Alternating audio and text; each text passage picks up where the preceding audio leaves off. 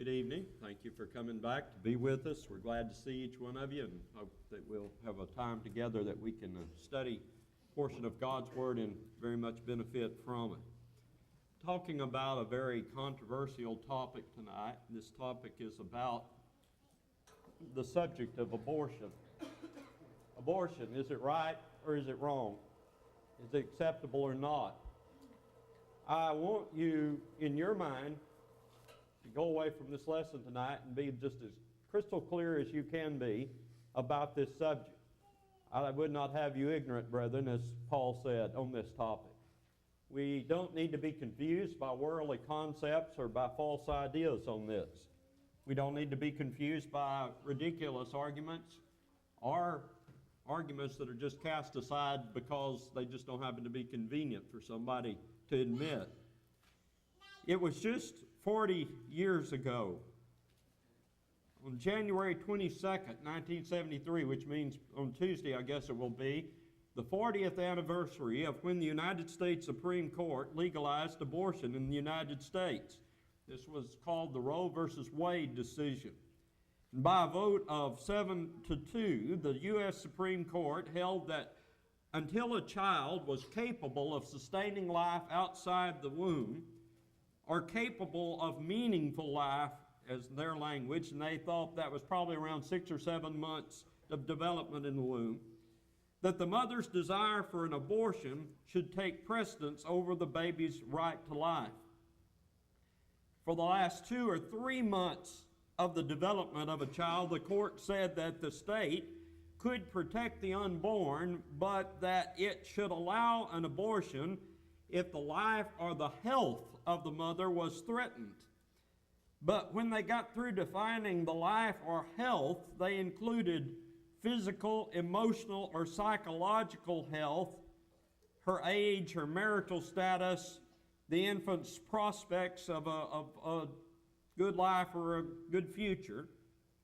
And what that fundamentally came out to be was that about any reason that was offered of stress or inconvenience, that it became a right for a mother to take the life of a child, and that in that case, right up until birth, an abortion became legal if it was so deemed that it was some type of threat, emotional or otherwise, to a woman, which pretty much permitted then an abortion from conception to birth a possibility. By the count, which nobody knows this exactly, it's just a guesstimation, but since that time, there have been like 56 million abortions in the United States alone. 56 million, which when they tally the statistics of a war, they like to add those up and put them on the news every night. And if you tallied all the wars that have been fought in modern times and took all the casualties together, they wouldn't even begin to approach that number of a mortality rate. The court made a ruling. Now, one of the things we have to remember is that morality is determined by God's authority, not by popularity or by judicial statement. People, if you don't care about what God thinks, if you don't care about what God has spoken, if you don't intend to be guided by the Bible and its principles of truth, if you don't believe all Scripture is given by the inspiration of God and is profitable for doctrine, reproof, correction, instruction in righteousness, that'll guide your decisions of life, then I don't know what any of that will help. You have to have some semblance of the idea that the Bible is the answer to the things that we need to know.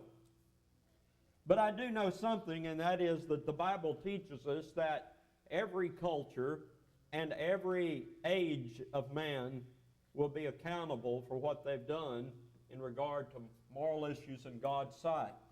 They will be judged in the last day about this, and it applies to everyone. A real simple answer to the abortion controversy is to stop and examine and remember that the Bible had a clear-cut command, and that was, you shall not murder. You shall not kill, or you shall not murder. That's a truth that Jesus repeated and stated was so, and it is a truth that was taught in the New Testament several times, but even in the book of Revelation. It warned of the fact that murderers will spend their days in eternity in the lake that burns with fire and brimstone. Going back to Genesis chapter 1 at verse 26, God said, "Let us make man in our image after or according to our likeness." And so man was something special in God's sight. Man was created in the image of God, and that made man unique above any other creature that existed. That's something, of course, that must be believed to understand the value of man. Then violent behavior began to increase upon the earth in Cain and Abel, and on from there to where man killed man. And so a solution on the part of God had to finally be admitted. And in Cain's time, God said he wouldn't let anybody kill Cain, even though Cain had killed. But after the flood, God regulated, and there was so much bloodshed and so many things to deal with. God made a regulation, and that is, whoever sheds the blood of man, by man shall his blood be shed, for God made man in his own image, indicating that that murder was a terrible thing, and that if you were a murderer and you had shed innocent blood, your life could be taken without impunity before God, without God judging you for that. Your life could be taken and your blood could be shed, but that was because you had shed another person's blood in innocent. What I mean by that is they did nothing. They have committed no crime. They have done no wrong that deserved or merited that punishment. And so your blood, your life could be taken, your blood could be shed because you had shed innocent blood, because when you shed innocent blood, you took something that was made in the image of God. And that became the sin and the reason behind God's admonition for that. One of the things that comes up in Scripture many times is this concept of shedding innocent blood. And in Proverbs chapter 6, it makes a list of things that God says are things He hates and that are an abomination to Him. And one of the things on the list is hands that shed innocent blood. To take a life that is innocent, God says, is things that He hates, and it calls it an abomination in God's sight. And that word means something that is disgusting, horrible, shameful, offensive, and disgraceful. God finds this in that category. That is disgusting in God's sight, that His creation would stoop to that action, and hands that shed an innocent's blood is among that list. In the Old Testament times, the Jews began to depart from God's ways, and one of the things that we read about them doing was offering up their children to false gods. And what's interesting in the Old Testament said, God said, in essence, He said, I never even thought about asking you to do that for me. I never wanted you to give me the children that were born to you, not in the sense of sacrificing them, but the culture of Israel began to look at the nations round about them. And the psalmist recording that says, they mingled with the Gentiles and they learned their works, and they served their idols, which became a snare to them. Now listen to him. He says they even sacrificed their sons and their daughters to demons, and they shed innocent blood, the blood of their sons and daughters, whom they sacrificed to the idols of Canaan. And the land, because of that, as far as God was concerned, was polluted with blood, innocent blood, blood of the children that God had given them, and they gave them to idols and sacrificed and took their lives, even though that child was innocent and had done nothing wrong. What I fear is not that a person today will take their child and lay it upon an altar of a false god, but they will take their child and lay it at the altar of convenience, lay it at the altar of materialism, lay it at the altar of career, lay it at the altar of, I might be embarrassed if this were found out, and say, I'll sacrifice my child to those gods. That's what I'm afraid of. those who persist, folks, in the defense of abortion, say, and this is the way it's sold, they are saying, well, that's not human. They will circumvent, and even religious people will circumvent plain moral teaching by saying, but that's not a human being inside the womb. That's not human. Until you take your breath of life, in other words, you're not technically a human being. And I want to tell you that's an extremely difficult idea to justify biblically or medically or scientifically. Just imagine what you're saying. You're saying, in essence, that the child in the delivery room is a human, and the child an hour before the delivery was a non-human. How many of us are really ready to believe that? How many of us can truly accept that? To put it another way, that position means that it is acceptable then. If you're going to take the position that it is acceptable, and I kind of hate to put a cute picture up there while I've got to say this, but it's an acceptable position, then abortion could take place up to a day before that child was delivered. Now, a lot of people will find that squeamish, and what they'll say is, well, no, I don't really accept that. I don't think that would be the right thing to do. But if you're going to say that it's not a human being until that's the end result. And believe me, there are some abortions that do take place during that time. So don't say, well, it just doesn't happen, because it does happen. Not as commonly, but it does happen. But I want to go with that logic for a minute. And if you're going to say, well, I'm not comfortable, now you can just tell that baby looks the same before and after, can't you? One's a sonogram, one's an after-birth picture. That's actually from an agency that called Before and After Pictures, and they take one, in the womb, and then they show the baby in a similar pose after they're born. It's very cute. You can see that's the same baby. You can see the same smile, same eyes, and everything. But you're left with that position. Oh, well, that one doesn't matter. This one is the one that matters. Look, let's follow this logic. Just humor me for a minute, okay? Let's follow this logic, and let's start tracing back. When, if not right before birth, but when is the good time to kill that's within the womb, that child? When is going to be the good time? If it's not appropriate to kill it, let's say, 3 days before birth, when is the time that should happen? When is the appropriate time, do you think, that ought to take place? Well, that's what we're going to explore and start to think about and, consider what God would think about that and what we know about that. So what's the good time? And we know a baby's born about the 9th month, so what about when it's 8 months? Well, that's not really a good time, because the lungs are developed, and 99% of the babies that are born at that time nowadays survive. Not in abortion, but I'm just talking about if they're actually born, they survive. So you can't exactly say that.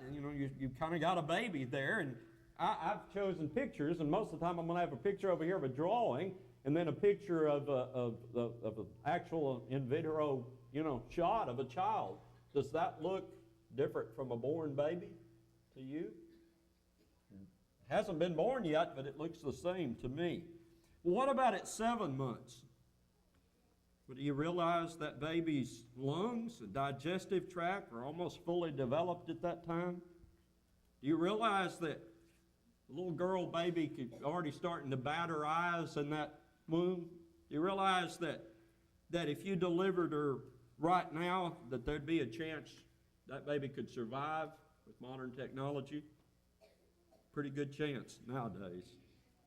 What about the 6th month? Did you know that during the 6th month, I'm reading this not off of religious sites, off of medical sites, that if you could point to the mother's tummy and shine a pretty bright flashlight, that baby in the womb might tend to turn towards that light and look at it, already sensing that there's something outside, something beyond the womb. You stop and think about that, because they say during this time the brain is just developing intensely in a child. Back in 1967, that's a few years before that Supreme Court, but back then the American civil liberties lawyers, humanists and all, they were trying to get abortion legalized. They didn't succeed until 1973. But here's a quote from one of them. They said, "Abortion proponents are only seeking to permit those who feel it necessary to destroy unborn organisms." Now look how that's put. They're destroying an organism, not a baby, not a child, an organism. "Often no more than a few inches of protoplasm with no discernible personality at all, and they're just doing it to reduce human suffering." Well, that's an abortion advocate saying, well, you know, it's just a few inches of protoplasm is all that is. Well, guess what? That wasn't true. Now, I'll give him one excuse, that at that time they didn't have all these techniques of seeing what we can see now. But look at this few inches of protoplasm. This is a 6.5 inch little piece of protoplasm that just happened to have eyebrows and eyelids, that has taste buds that can work. In other words, the bottom line is, yes, she's very little, or he, but it's a baby. And it's already forming the things we know of personhood. Our step back to the 4th month, and by this time, a mother is feeling that baby move around a whole lot within her, and the skeleton is getting harder and harder within that child. The bones are forming, and even the bones, I was reading one source that says even the bones in the ear are starting to come together in such a way that that baby's starting to detect certain sounds, and says if you're singing to your baby or talking to your baby, they're starting to hear some of that. They can hear it within your body, moms, that baby can detect. In other words, something is being said. Of course, they don't understand, but they hear. What about if we went back to 3 months? That little old baby right there, because it's hard to tell from my pictures, but that's no bigger than a plum. Just think about that big. He says, well, that's that protoplasm he's talking about. But does it look like a little strip of protoplasm to you? Or doesn't it look a little bit like a baby? See, that's the real truth about it. And at this stage, the baby's systems are forming, and they're kicking and they're stretching, and they have fingerprints that are uniquely theirs, and they have fingernails forming on their fingers, and they can open and close those fingers, and they can curl their toes, so their vocal cords are starting to form. The doctor can begin hearing clearly the heartbeat by this time. And one other thing, by this time, it's becoming very clear whether they're a little boy or a little girl. All at this 3rd month. And then you back up 2 months. And I'm not saying it every time, but is this a good month to take the life of the baby? Because it's a piece of protoplasm. What about 2 months? At 2 months, the baby is no bigger than a kidney bean. I guess that qualifies as something very insignificant, doesn't it? But guess what? That baby has visible veins. It has a heart already divided into the left and right chambers. It has a retina forming in the eye. You can see eyelids and ears developing. You can see a tip of a nose. The arms and legs are already formed. The fingers are growing longer and more distinct. Says it moves all the time during this time. That baby's just constantly moving because that helps it develop its muscles and skeletal growth. Said if that baby developed at the rate it's developing right now, it'd be about 1 ton when it was born. But it doesn't keep that rate of development up. But God's knitting all of this together in an awful fast fashion. So we get back to 1 month. 1 month, and be the first one to admit, now it doesn't look much like the baby we think of. The size of a poppy seed. Now, you know, stop for a minute. That was one time you. The size of a poppy seed. But did you know the building blocks for the spine, the brain, and the backbone are already there? Everything it's going to take to unfold and build those is already there. The things that are there to form the face and the neck, the blood vessels and all of that, the lungs, the stomach, the liver, everything is there ready, laid out for it to start forming. Even the little eyes are starting to develop. By 2 weeks after that 1 month part, there will be a beginning of the earliest stages of the beating of the heart. Now, you may say, well, that's not developed. That's not what you're talking about, a developed baby. That baby's got a long way to go before it looks anything like a baby. Can I tell you something? When the baby is born, how many years do they keep developing? Till you're about 18, 19, 20 years old? Your body keeps growing and changing and altering. So the developmental process from this, or even smaller, all the way up to, a 20-year-old young man or young woman, is an ongoing process all the way. So if you're going to say, well, it's just developing right here, then what are you going to say after birth when they're still developing? And that there's still much to go before they're an adult body for sure. Now, abortion is sometimes also defended by saying, well, that is life. That life is part of the woman's body. And if that woman had a ruptured appendix, she could go down and remove that part of the body, and that removing a baby from her is no different from taking out that, that appendix. That's just part of her body.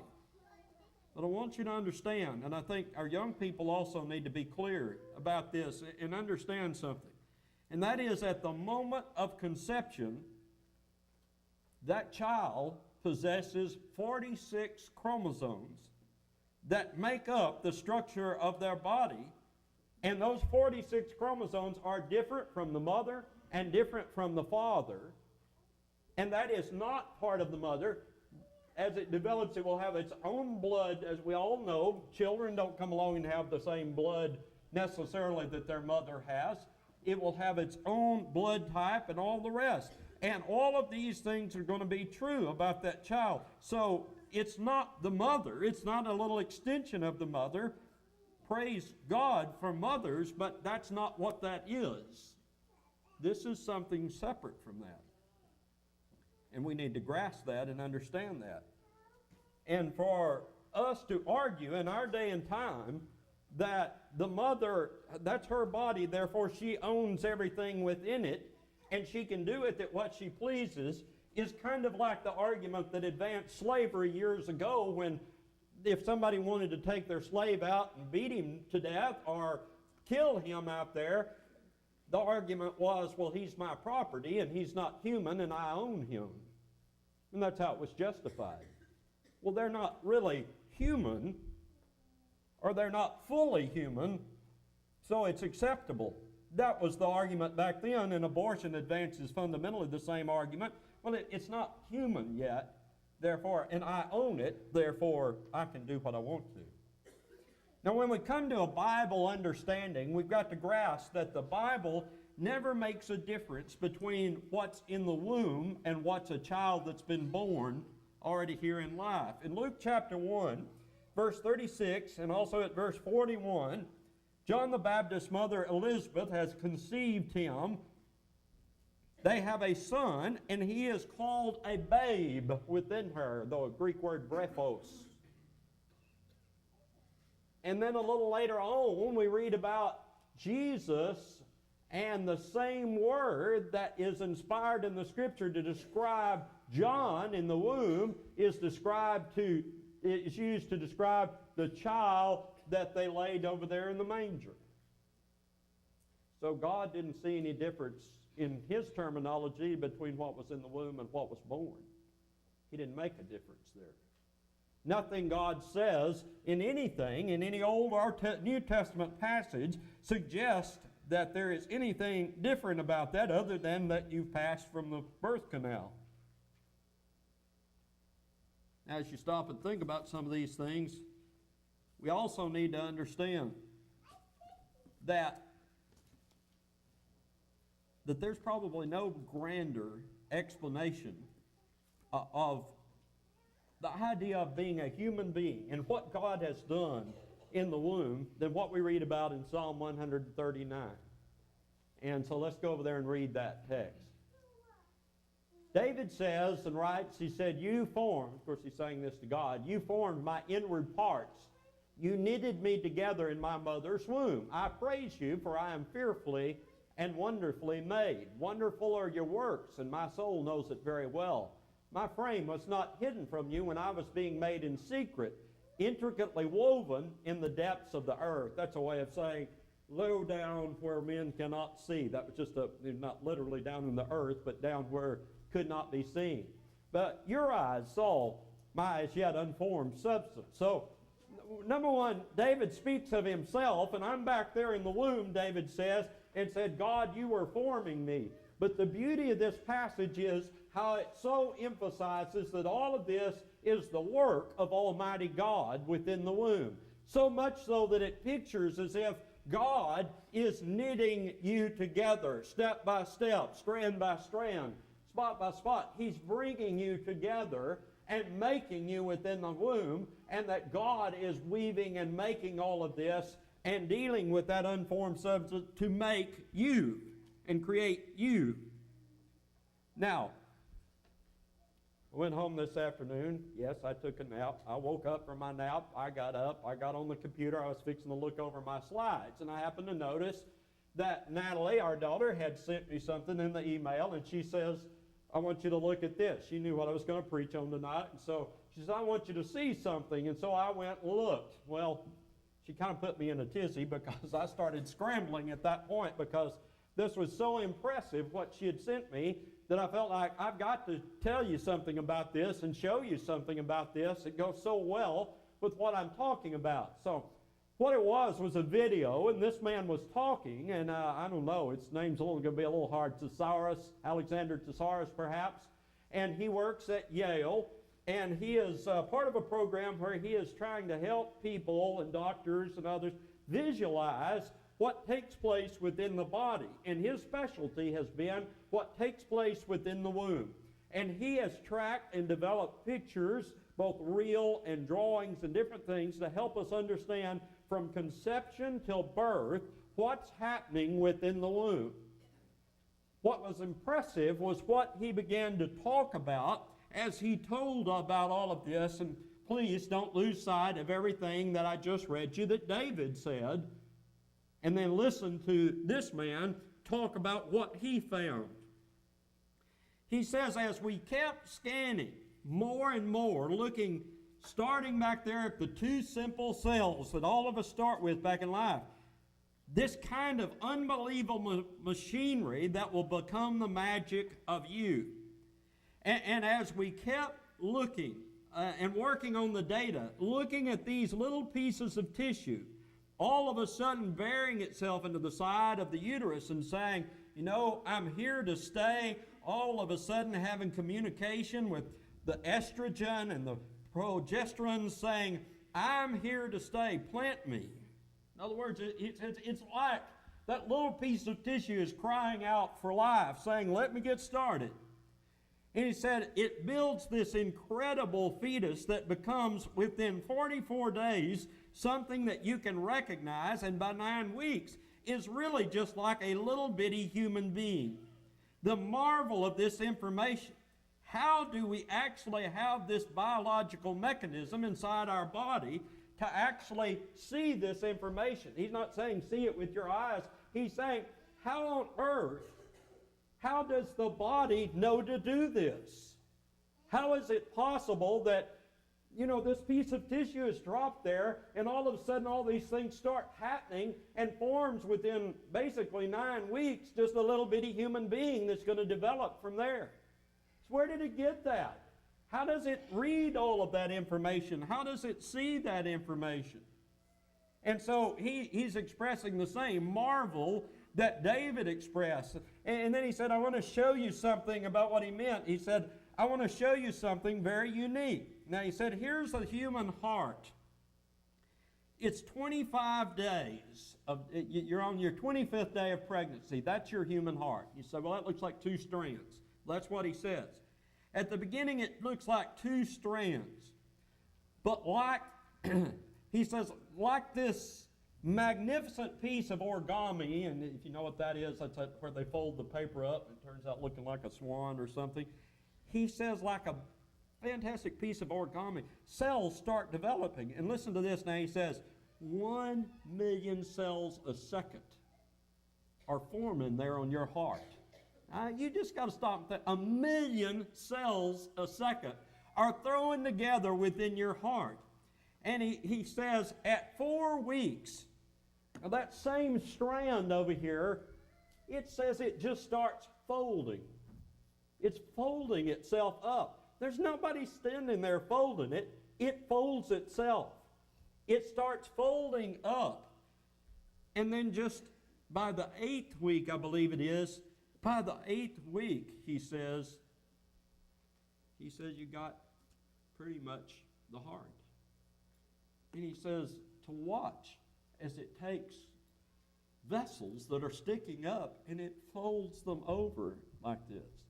Now, can you not read that and him saying, that's what's going on, and not think of David saying, Lord, you were knitting me together? I mean, it put a chill on me to think about that. And he's trying to figure out, how on earth does it do that? He's a technician, but he says, how is that happening? How could that be that it knows how to fold up on itself and create all of that? Just how is that possible? And within this short period of time, you fundamentally pretty soon have what, it's for all practical purposes, a mature heart. Now listen, he says, the magic of the mechanisms inside, each genetic structure, they're saying exactly, you put the nerve cell over there. He said all of this is unfolding. The complexity of these, the mathematical models of how these things are indeed done are beyond comprehension. Even though he says, I am a mathematician, I look at this with a marvel of how do these instruction sets not make mistakes as they build what will be us. He says it's a mystery, it's magic.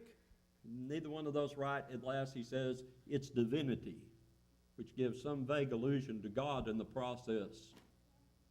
He says it's something beyond comprehension that this happens. I mean, and then when you start to take a look at an adult life, then he says something else. He says, take a look, and these are pictures that are coming up. He said, take a look at this little puff of capillaries. A tiny, and I'm quoting him now, a tiny substructure, microscopic, but basically by the time you are 9 months and ready for birth, you got about 60,000 miles of those vessels in your body. And those are bringing in nutriments and taking out waste. And he said the complexity of building that within a single system is, again, beyond any comprehension of anything existing in mathematics today. See, he was first a mathematician before he pursued some of these other things. And he said, you can't explain any of that by science. That's what he's saying. That's beyond explanation, that it can produce these things. So what I want you to understand, and that could equally be a good thought for evolution and all the rest, that the complexity is way beyond anything you can explain to chance. Something else that reminds us of, that's all happening while all of this is very, very small. That little blob of protoplasm the man talked about, see, it's not. It's an intricate weaving of the work of Almighty God. Now let me go with that and get a little emotional with you about this. So here we are, and we're thinking about this, and we read another passage, and that is the Lord saying, behold, children are a heritage from the Lord. The fruit of the womb is a reward from God. So God thinks of a child as like a gift, that I'm giving you a heritage, I'm giving something. Not every child comes to this world perfectly, and sometimes at times and places in our life that not so convenient.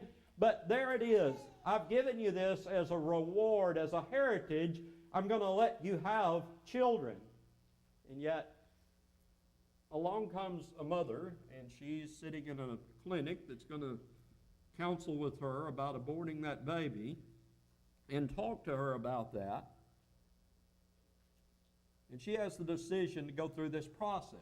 Now, here's where I've decided not to be unnecessarily graphic. I'm not going to show pictures.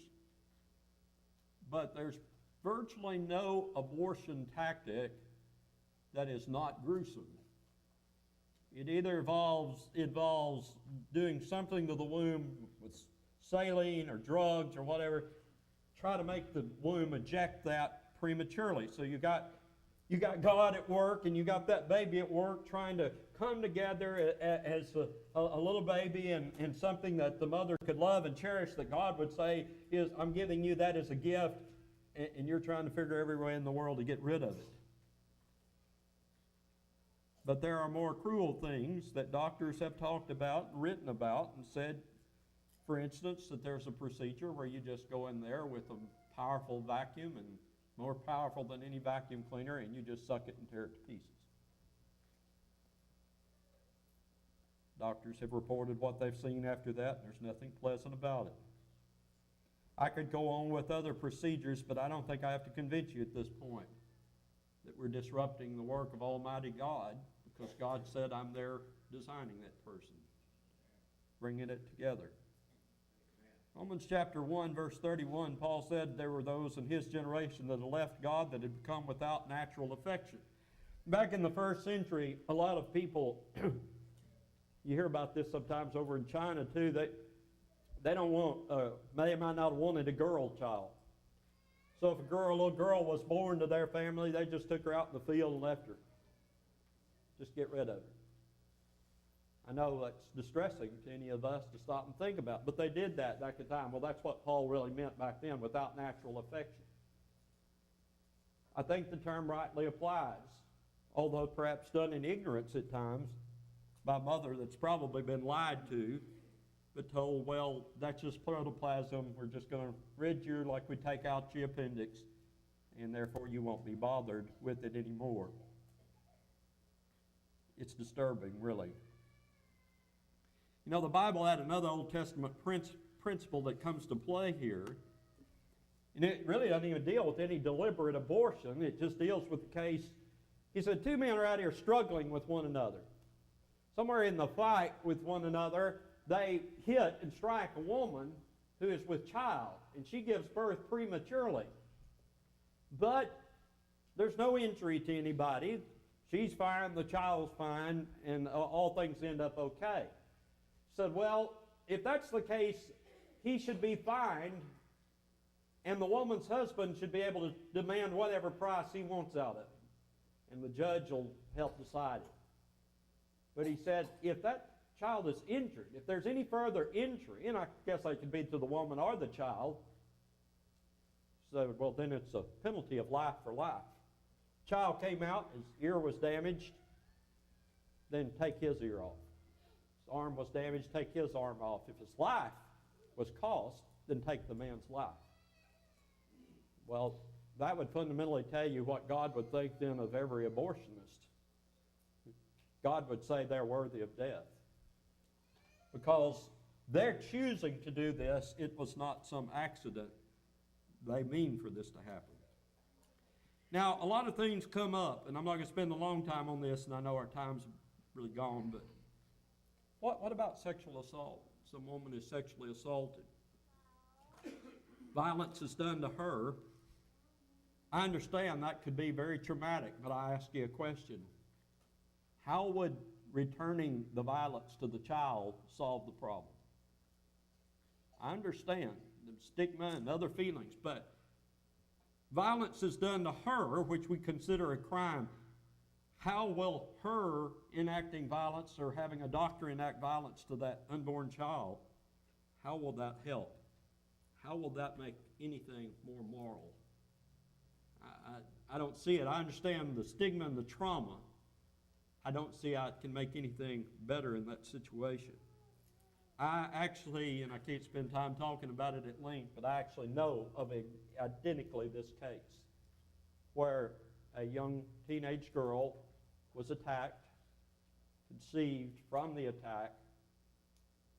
She chose to give the child up for adoption. I know the adoptive parents. I know what happened, that they raised the child. He was in a loving home all the days of his life, which goes on, nothing ended, but he has been loved. So I understand, maybe in her feelings, she could not feel like she could raise it. She was pretty young, in fact. But I also understand that that child could be loved by somebody. And it didn't have to end in abortion. And they didn't choose that, of course. What about birth defects? Is that a good reason to abort? You know, I think about the time that God was commissioning Moses to go back to Egypt and let his people go, but Moses said, I'm slow of speech. You know what God told him? He said, I know, because I made man's mouth. And he said, I know, I'm the one who makes him mute or deaf or blind or can see. Isn't it me that does all of that? You may think, oh no, the Lord doesn't make that.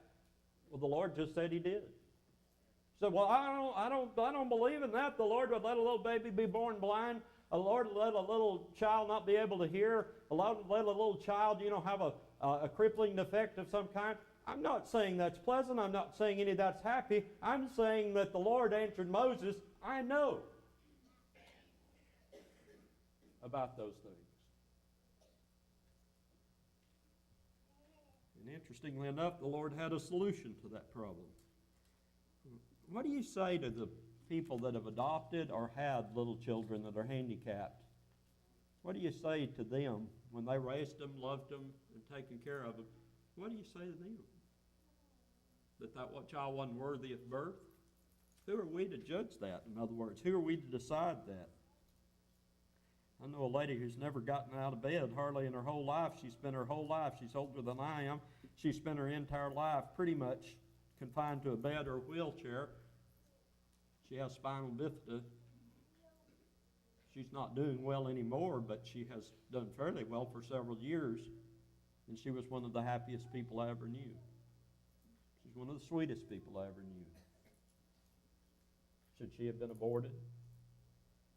Let me tell you the sad truth, and that is about 95% of the abortions, by knowledge, happens because it's convenience.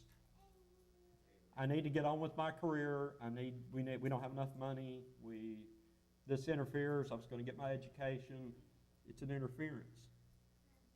And bottom line, I don't mean to be mean about it, but it's young man, young woman, they're engaging in usually out of wedlock sex, and they're involved in things they shouldn't be involved in. Maybe the boyfriend, live-in or whatever, doesn't want the responsibility of being a parent. Abortion just becomes a way that this solves our problem. We get out from under the crisis of all of that. I don't mean to be dramatic, but I think about what James says. He said, you desire and you don't have. And here's maybe a young couple, and they desire something. They desire more financial security, more education, more leisure time, more ability to go on having unrestrained intimacy with one another without any consequence. And then a pregnancy comes along and gets in the way. James said, you have desires. You want it your way, you want that. And what does James say? So you kill. Kind of reminds you of something, doesn't it? You kill what's in the womb. It's just easier to do that than face up to responsibility.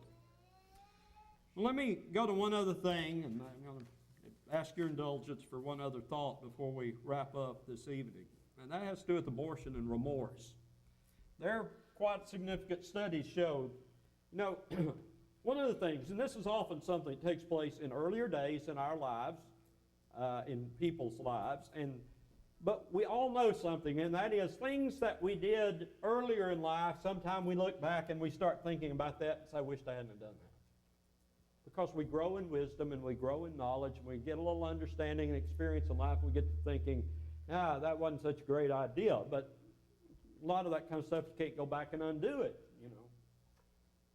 Well, there are a lot of studies that show that women undergo an abortion and then a little time passes by and they begin to feel guilt.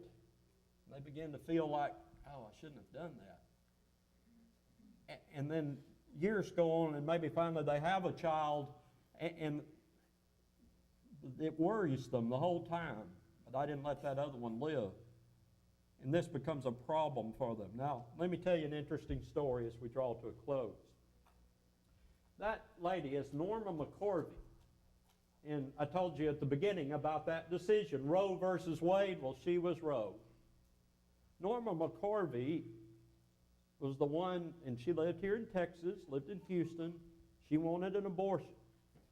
She lied at the beginning and said she had been raped because they told her she could get an abortion easier that way.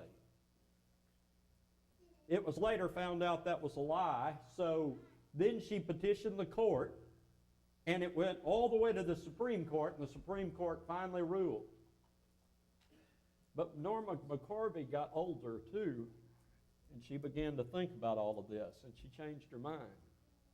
She tells the story about changing her mind and how that happened.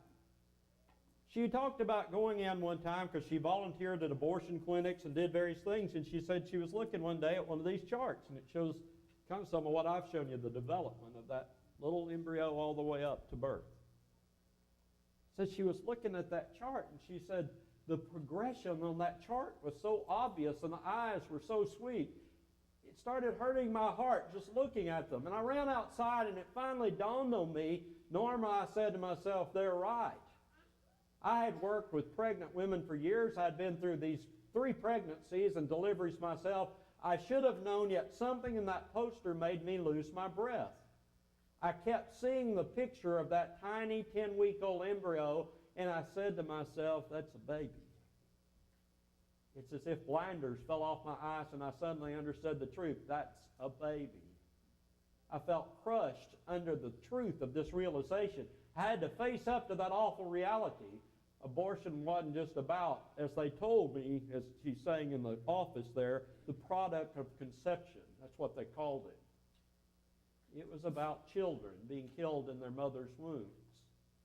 All these years I was wrong. And I signed that affidavit. I was wrong. And I worked in abortion clinics. And I was wrong. No more of this. What she's saying is what goes on in the first trimester, the second trimester, the third trimester stuff. Abortion at any point was wrong. And it was now clear, painfully clear. Now here's what I'm telling you, that's just kind of one of those ironic examples that the very woman it's all named for changed her mind. The one thing she couldn't do was undo. And the only thing she could do, she spent the rest of her life, as she's still alive, she spends the rest of her life trying to get people not to do this. She said that's all she could do. That's all she could accomplish because she can't go back and undo what she lost.